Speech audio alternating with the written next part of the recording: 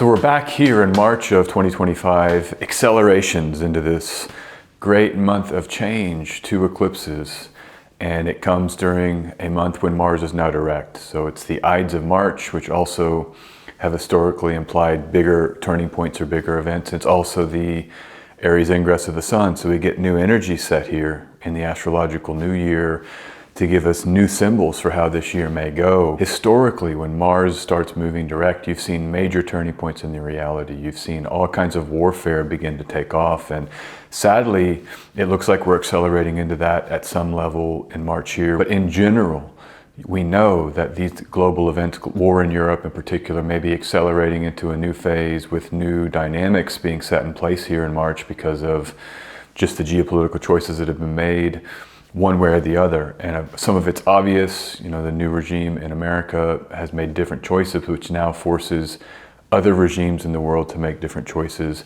It's just a hot zone, and Uranus in late Taurus, about to enter Gemini here, right where it was in those years 1940-41, where things were still building into that final unleashment of major warfare in Europe. So I'm hoping we don't have to go there. I don't want to have war, and I'm an astrologer that wants to pray for peace. As an astrologer, speaking publicly about astrology, who has talked about mundane astrology in the past, for me to just ignore that, I could. But part of it, I feel, is my duty to at least mention it to my audience and at least kind of lay it out there so you all can be aware that there are these hot zone resonances. Events are now moving a little bit faster, which fits the symbolism of Mars being direct. March with these eclipses and with the Ides of March means that we have to watch March for additional major twists and turns. And I've been telling a lot of people this, I'm going to say it here. We haven't maybe even seen anything yet with how crazy this year is going to get. We haven't seen the kind of wild events that are possible here in 2025. Uranus has not entered Gemini. That happens in July for the first time in 80 some odd years.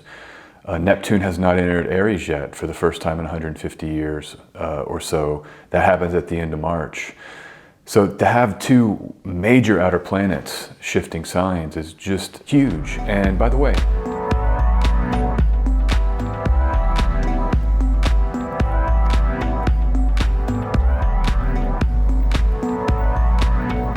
Neptune and Uranus are special. They're way more special in my view than Pluto and the other dwarf planets because they're in a category of planet. They're actually planets. They can clear objects in their orbit, whereas Pluto cannot. While they're not visible though, Uranus is very rarely maybe visible, but mostly it's not visible.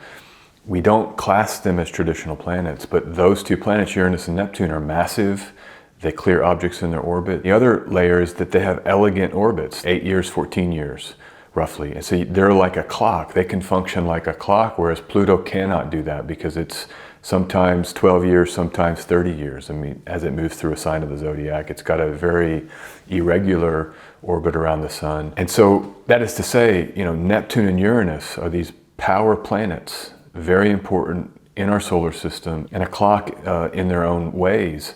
And to have them both changing signs hasn't even happened yet in 2025 and will happen is a major piece of information from the astrology to say we haven't even ramped up yet. We haven't even seen the major changes. Now they're building, and a lot of it's probably in place here what will fuel those ultimate changes.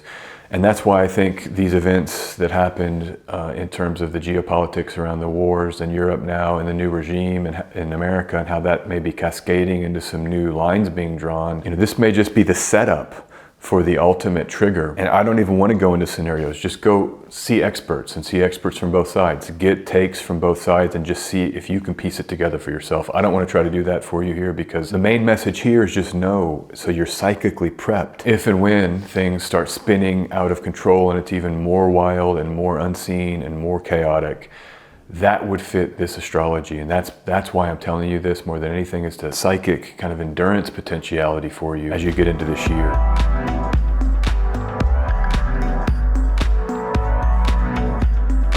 Each of these cycles, coming back to March, Neptune in Aries. Neptune in Aries. The reason why I think I want to talk about it is the first time since 1875. Anytime you have a planet in the sign for the first time in a while, you want to just sit and talk about it and explore it as much as possible. Really dig into the histories to try to grapple with what's there. And I would just sit here and talk video after video after video, and I've already done some of that to prep us. But I've done a little bit more research, and I want to share some of that with you here. So some of what I want to cover about Neptune and Aries is the spiritualism and spirituality, because that's a Neptune signification. Anytime you delineate planets of all kinds or planetary points, what does the planetary point signify? That's the starting place. And Neptune is yearning for the divine, dissipating the materiality and going into a divine search, which in some ways can be destabilizing, right? When you lose the sense of the world you think existed, and that gets broken apart, and there's a diffusion process for our identities and our solidity, that's not always easy. And I think that's why so many astrologers are like, Neptune's a malefic. I don't agree with that, by the way, at all. I think that the reframe there is that it's yearning for the true nature, for that which is unseen. And so we're brought into maybe a truer reality with Neptune, actually, even though it can sometimes destabilize because what we thought was real isn't actually real. I think it's healthy to do that, and I think Neptune invokes spiritual connectivity, which ultimately we need and want, in my view. So that's what I'm here wanting to focus on, is that part of the Neptunian, is the spiritual component. And when you pull up the history of Neptune and Aries, it's very clear how the symbolism is operating and what we may see at some level here in 2025 through, was it 2039?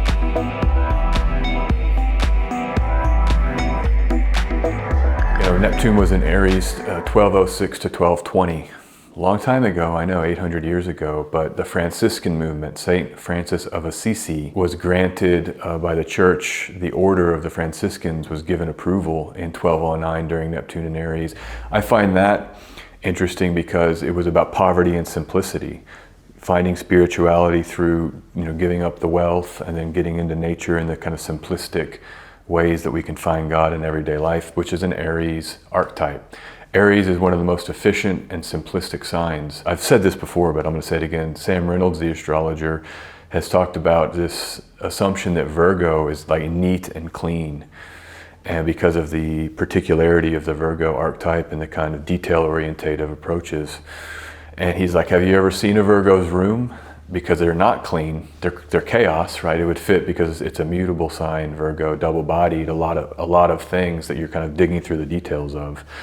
And he says, check out an Aries' room, because that's often a clean room. And I always have loved that, because there is an efficiency with Aries. There is a simplicity. You get down to the core of an energy and then you act from that place. It's martial, right? Mars rules Aries. Barracks, have you ever been to barracks? I mean, they're orderly. There's only a few things. People have simplified possessions to act and to produce and to get things done. And so I think it fits with this idea of the Franciscan order, where you have a setup of impoverishment or lack of materiality for the purpose of spirit.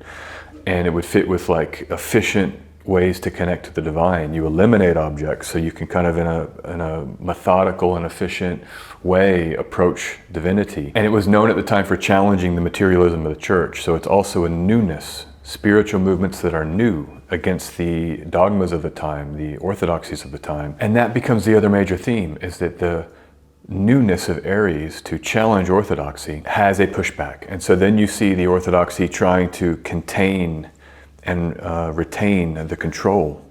And in the 13th century, it's a great example, because you had the Albigensian Crusade in also 1209, which is a military campaign against Catharism in southern France. And of course, Catharism, we know, is a very non-dogmatic, non-institutional approach to Christianity and the nature of the spirituality that can come through Christ and the symbolism. And this was persecuted primarily by the French crown, and it resulted in a lot of Cathars being eliminated, significantly reducing the Cathars. And they were, of course, also an anti-materialist reform movement, so like the Franciscans. And I'm just reading here, this is the Wikipedia first paragraph. I know it goes way deeper than this, but it is a nice summary, actually. It says that the Cathars had a Christian message where they wanted to return to perfection, poverty, and preaching, combined with the rejection of the physical.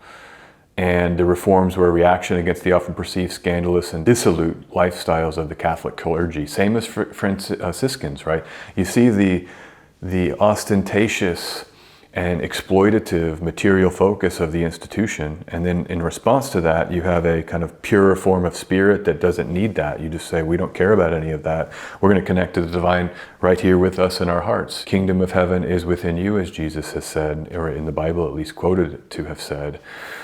And so, this again is the tension. It's renewed spirituality. How can the individual Aries connect with God in a primal, direct way? Sun, Mars ruling Aries, direct, primal, fire, passion, that fire element of the individual, direct connection, initiating divine connection, Neptune and Aries.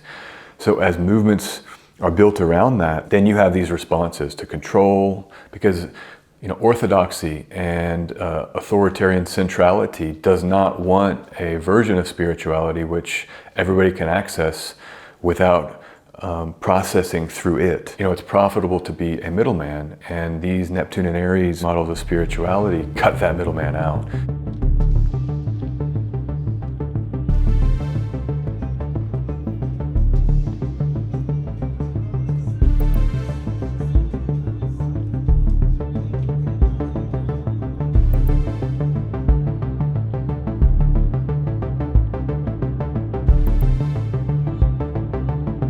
Stop there because I don't want this video to go on and on and on and on, but just know there's a lot more examples of this. Or we're going to run through a couple of quick ones and then do some meditations here. 1370, 1384, you had John Wycliffe translating the Bible in English, and that was again part of the Reformation, early Reformation process, where people were getting to read the Bible directly. You didn't need the church, right? Aries, spirituality that's individualized and directly accessible. You had also during that time Julian of Norwich's visions reflect a growing personal spiritual trend, which is again back to this notion of personal devotion and personal accessibility. Aries, the Aries archetype, Neptune, the spirituality. So obviously the 1533, 1548 Neptune and Aries was all about Lutheranism and Calvinism spreading against the church. Henry VIII breaks from Rome and establishes the Church of England during that time. There's the Counter-Reformation, the Council of Trent, which launches that Counter-Reformation. So again, orthodoxy, new spirituality versus orthodoxy. It's very much a theme of Neptune and Aries. Anabaptism, radicalism in Munster, in Germany, these radical religious reform movements that are all about, renewed self-governance within the spiritual or religious context, independent from orthodoxy and authoritarian centrality around spiritual matters. You come to 1697, 1712, Neptune back in Aries, pietism in Germany, again, personal prayer, inner transformation over rigid doctrine, another theme. Neptune and Aries, spirituality is brought into a more revived, kind of pure and primal location. Jansenism in France was also about asceticism. Deism and rational religion, Enlightenment thinkers questioning traditional religious authority based on reason. So they're back to more, probably a solar, I think, definitely a solar signification is reason. I know sometimes we think that's more Mercury in the air element. It certainly is that to a large degree, but the sun and the fire element has some of that as well, because you're just moved into the genius of the, impassioned way that we can be a light with our human kind of powers, the way that humanity can shine its light of consciousness into the outer world. And I think a lot of that can be solar, the notion that we have this mind, and Aries is the head, and the sun is the way that we can enliven through awareness to actualize in reality. And then you had in 1861 to 1875, just a few more of these. There was a Vatican Council, the first one, declaring papal infallibility, where Catholicism then is responding to secularism, trying to adapt to retain control. You have obviously Darwin's evolution comes out right before that, but in the aftermath of that, all through Neptune and Aries, there's debates about science versus religion. So science in this way starts becoming the challenge to orthodoxy. Theosophy is founded actually just as Neptune enters Taurus, but Blavatsky comes to New York and meets those early founders just as Neptune is finishing out its time in Aries. And again, that's a alternative to institutional religion, and one that's more about direct accessibility, non-traditional approaches that aren't orthodox to access the divine or to be with it.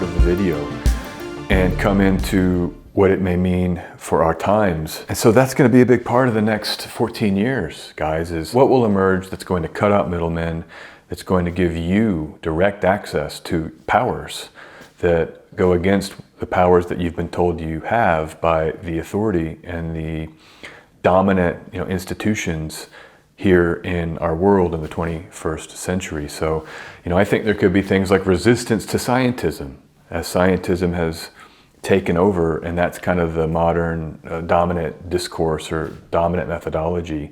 So you might have things like revival of spiritual movements, a revival of movements to directly access the, God in you. I think that there will be an AI version of this, because AI, as it gets really powerful, you're going to be able to download extremely powerful and intelligent system onto your phone. You won't even need much energy or power to power it, and you will be able to have access to anything you've ever wanted to make, do, build, or know at one level. Now, it's not going to replace, in my view, the soul, but you see how just the existence of an AI implies a discovery of what the AI can't do. What is computer intelligence unable to access that only the human soul can access?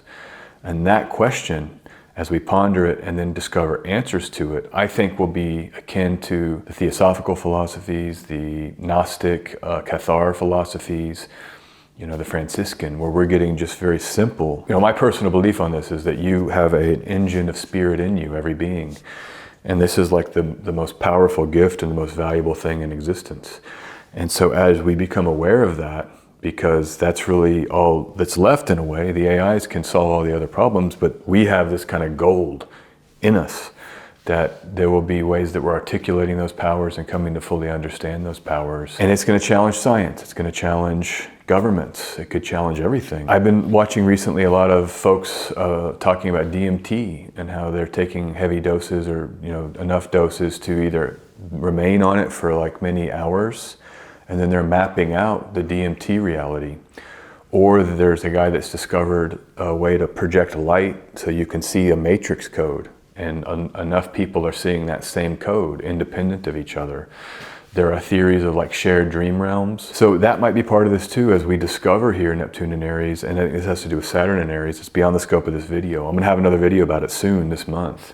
These types of big breakthroughs in terms of meta or trans-temporal discoveries that really are so powerful that there can be new breakthroughs that will last for centuries and centuries or millennia.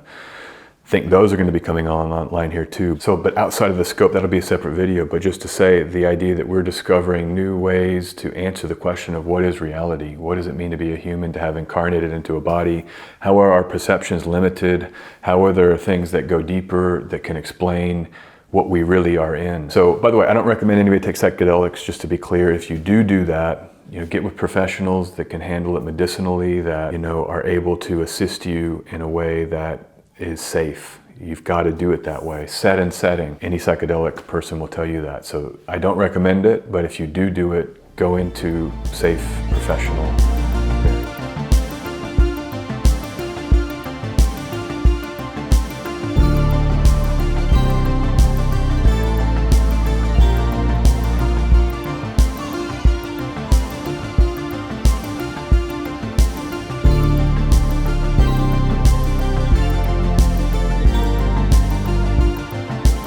I think is maybe coming online here. A lot of people have talked about a new religion with AI, and I don't think it'll be as much as the AI becomes the God and writes their text. I think it'll be in response to AI, we're discovering other things about our humanity, and we can see the prize of human consciousness and of the soul, and that we are containers here of this soul, and that is the real prize. And so we'll have to reorient and have new ways of defining spirituality, or maybe having institutional structures built around those new breakthroughs and definitions to carry us through an age of AI and an age of a computer-dominated world where that's, just go read what these people are saying. AI agents, it's just every month accelerating. The whole world is going to change. About everything, how food is prepared and brought to you, how you think or build or do things online or offline. It's about to be completely revolutionized. And so anyhow, that's a couple of thoughts here in this video. More videos here. I'm trying to make as many as I can because it's such an important month and such an important time. So there'll just be as many as I can make. And I'm going to cover in some of the following videos here in March the Saturn-Neptune conjunctions in Aries and how powerful they've been, especially in the early degrees of Aries. I want to cover that topic.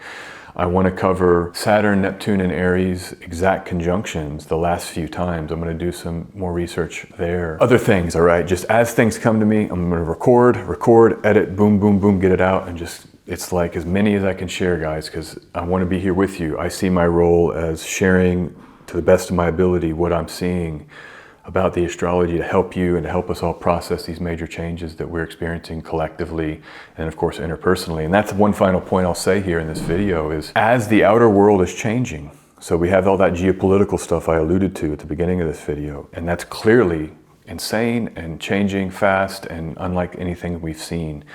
As we get into these eclipses where that may be changing even more here this month, that's just the one layer.